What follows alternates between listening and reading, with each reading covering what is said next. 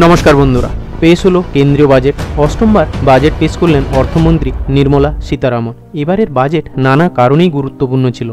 এক, মোদী সরকারের তৃতীয়বার ক্ষমতায় ফিরে আসার পর এটাই ছিল প্রথম পূর্ণাঙ্গ বাজেট। দ্বিতীয়ত, সংসদে আশানুরূপ আসন না থাকা সত্ত্বেও শরিক দলের চাপ। তৃতীয়ত, আমেরিকার রাজনীতিতে ডোনাল্ড ট্রাম্পের প্রত্যাবর্তন। এই সব কিছুকে ব্যালেন্স করে কেমন হলো এবারের বাজেট, চলুন এই ভিডিওয় জানার চেষ্টা করব। এবারের বাজেটে সবার নজর ছিল যেদিকে, তা হলো আয়কর। অর্থনীতিকে চাঙ্গা করতে এতদিন মোদী সরকার পরিকাঠামোয় বিপুল খরচের নীতি নিয়ে চলছিল, যা এবার আয়কর ছাড় দিয়ে মধ্যবিত্ত মানুষদের হাতে বাড়তি নগদ টাকা তুলে দেওয়ার রাস্তা নিল। তাহলে আয়কর কাঠামোয় কী পরিবর্তন এলো? 4 লক্ষ টাকা আয় করেন এমন ব্যক্তি, তাদের বছরে কোনো কর দিতে হবে না। 4 থেকে 8 লক্ষ টাকা অবধি যারা আয় করেন তাদেরকে 5% হারে কর দিতে হবে। 8 থেকে 12 লক্ষ টাকা অবধি যারা আয় করেন তাদেরকে 10% কর দিতে হবে। 12 থেকে 16 লক্ষ অবধি টাকা যারা আয় করেন তাদেরকে 15% কর দিতে হবে। 16 থেকে 20 লক্ষ টাকা অবধি যারা আয় করেন তাদেরকে 20% কর দিতে হবে।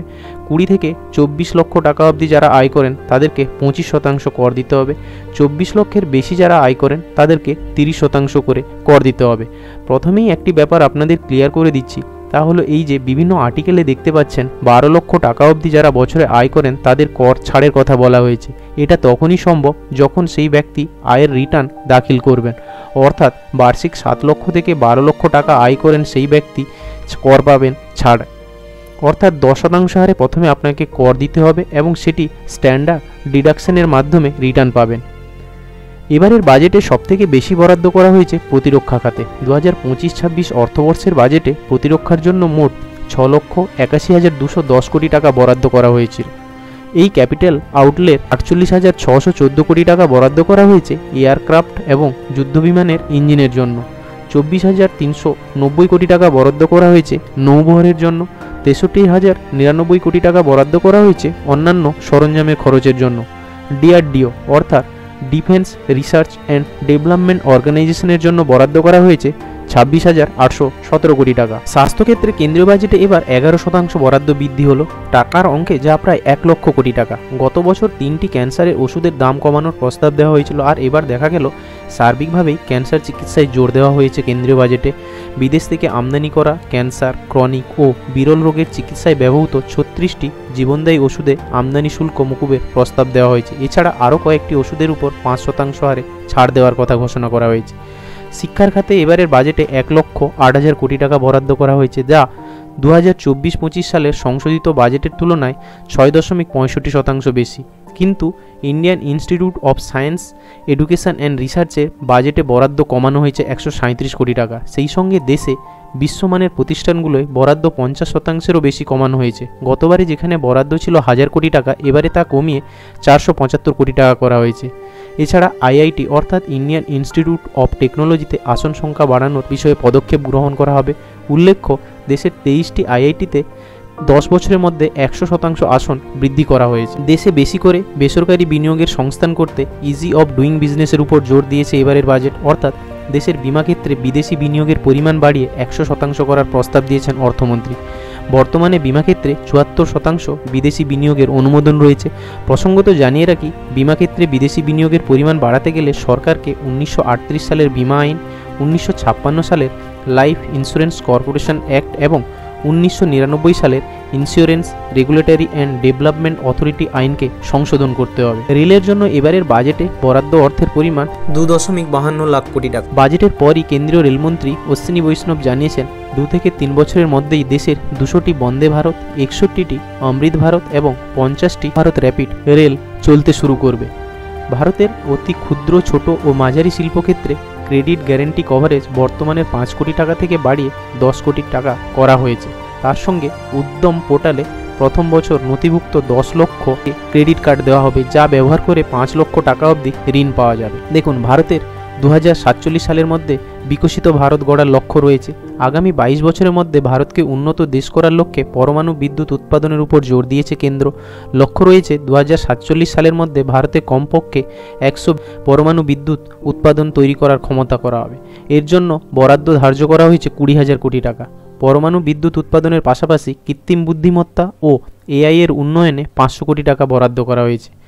কেন্দ্রীয় বাজেটে প্রথমবারের জন্য গিগ ওয়ার্কারদের জন্য থাকলো কিছু সংস্থান। গিগ ওয়ার্কার তারাই হলেন যারা আপনাদের কাছে 10 থেকে 15 মিনিটের মধ্যে আপনার দরজায় পৌঁছে দেন অনলাইনে নিত্য প্রয়োজনীয় জিনিস। বা ধরুন রাত বিরেতে ক্যাব বুক করলেন, চলে এলেন চালক, এরাই হলেন গিগ ওয়ার্কার। এবার থেকে তাদের আইডি কার্ড দেওয়া হবে, একই সঙ্গে ন্যাশনাল রেজিস্টারে নথিভুক্ত হবে তাদের নাম, যার সূত্রে হেলথ কেয়ার বা নানা ওয়েলফেয়ার স্কিমের সুযোগ পাবেন তারা। 2017 সালে চালু হয়েছিল উড়ান স্কিম। মূল উদ্দেশ্য ছিল দেশের উড়ানে যাত্রীদের তালিকায় মূলত মধ্যবিত্তকে নিয়ে আসা। 17 নভেম্বর 2024-এ ডোমেস্টিক ফ্লাইটে 5 লক্ষ যাত্রীর মাইলস্টোন পেরিয়েছে ভারত, যার সফলতা দেখে এবার সব মিলিয়ে 120টি ছোট বিমানবন্দর চালু করার কথা ঘোষণা করেছে কেন্দ্রীয় সরকার। শুধু তাই নয়, এই ছোট্ট বিমানবন্দরগুলিতে আগামী 10 বছরে 4 কোটি যাত্রীর মাইল ফলক পেরোতে চায় কেন্দ্র। ভারতের স্টার্ট আপ ক্ষেত্রের বিকাশ ও উন্নয়নের ক্ষেত্রে এবারে বাজেটে 10,000 কোটি টাকার একটি নতুন ফান্ড অফ ফান্ড স্কিম ঘোষণা করা হলো। মূল উদ্দেশ্য ছিল স্টার্ট আপ সংস্থাগুলিকে ভেঞ্চার ক্যাপিটাল যোগাতে এই ফান্ড।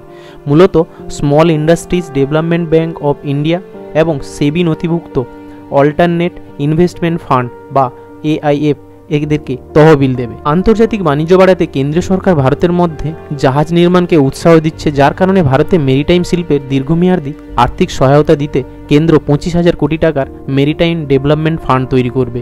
এই 25,000 কোটি টাকার ফান্ডে 49% সরকার দেবে, বাকিটা বিভিন্ন বন্দর ও বেসরকারি ক্ষেত্র থেকে সংগ্রহ করা হবে।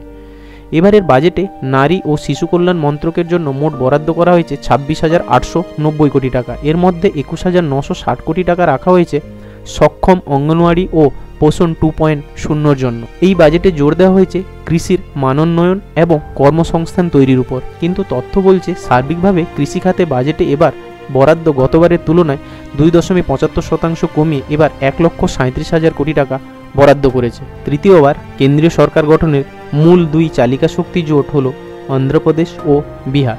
অন্তর্বর্তী বাজেটের সময় অন্ধ্রপ্রদেশ সরকারকে বাজেটে বিশেষ নজর দেওয়া হয়েছিল, আর এবারে পূর্ণাঙ্গ বাজেটে বিহারকে কার্যত দুহাত ভরে দিয়েছেন কেন্দ্রীয় সরকার, যার মধ্যে রয়েছে পাটনা বিমানবন্দর সম্প্রসারণ, শিল্প ও পরিষেবা পরিকাঠামো উন্নয়নের জন্য 4টি নতুন গ্রিনফিল্ড বিমানবন্দর ও একটি ব্রাউনফিল্ড বিমানবন্দর। এছাড়া রয়েছে মাখানা চাষিদের জন্য আলাদা করে মাখানো বোর্ড গঠনের কথা।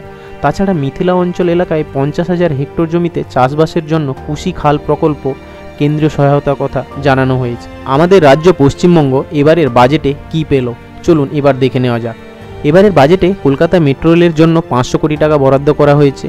সঙ্গে রয়েছে দমদম বিমানবন্দর নিউ গড়িয়া ভায়া রাজারহাট যে মেট্রো, তার প্রস্তাবিত বাজেট ছিল 1550 কোটি টাকা, তা থেকে কমিয়ে 720 কোটি টাকা বরাদ্দ করা হয়েছে। এছাড়া রয়েছে জোকা বিবাদীবাগ মাঝেরহাট রেল প্রকল্পে 914 কোটি টাকা। কিছু প্রতিষ্ঠানকে এবারের বাজেটে বরাদ্দ করা হয়েছে, তার মধ্যে রয়েছে botanical survey of India, Satyajit Ray film and television institute, Farakka barrage প্রকল্প, garden reach builders and engineers limited, national institute of homoeopathy, Bengal chemicals, zoological survey of India, Chittaranjan national cancer unit, asiatic society সহ আরও কয়েকটি সংস্থা। সর্বশেষে দেখে নেওয়া যাক কোন কোন জিনিসের দাম কমলো আর কোন কোন জিনিসের দাম বাড়লো। দাম কমলো ক্যান্সার সহ জীবনদায়ী ওষুধ, মোবাইল হেডফোন, ইলেকট্রিক ভেহিকেলস, আমদানি করা মাছের পেস্ট, গাড়ি ও মোবাইলের লিথিয়াম আয়ন ব্যাটারি তৈরির কাঁচামাল, ম্যাট্রেস, গয়না, হেডফোন, মাইক্রোফোন রিসিভার তৈরির যন্ত্রাংশ সহ বৈদ্যুতিক খেলনার যন্ত্রাংশ। দাম বাড়ল LED, LCD, TV panel display, জাহাজ তৈরির কাঁচামাল, আমদানি করা কোবাল্ট, জিঙ্ক, সীসা, তামার ছাঁট সহ কিছু খনিজ, light, search light, solar module, কিছু চামড়া, লিথিয়াম ব্যাটারি ডিসপ্লে, এছাড়া বোনা কাপড়ে। সংক্ষেপে আপনাদের সামনে তুলে ধরলাম এবারের বাজেট। কেমন হলো এবারের বাজেট আপনারা কমেন্টের মাধ্যমে জানাতে ভুলবেন না কিন্তু। আর ভিডিওটি যদি ভালো লেগে থাকে তাহলে অবশ্যই বন্ধুদের সঙ্গে লাইক শেয়ার করতে ভুলবেন না। ধন্যবাদ।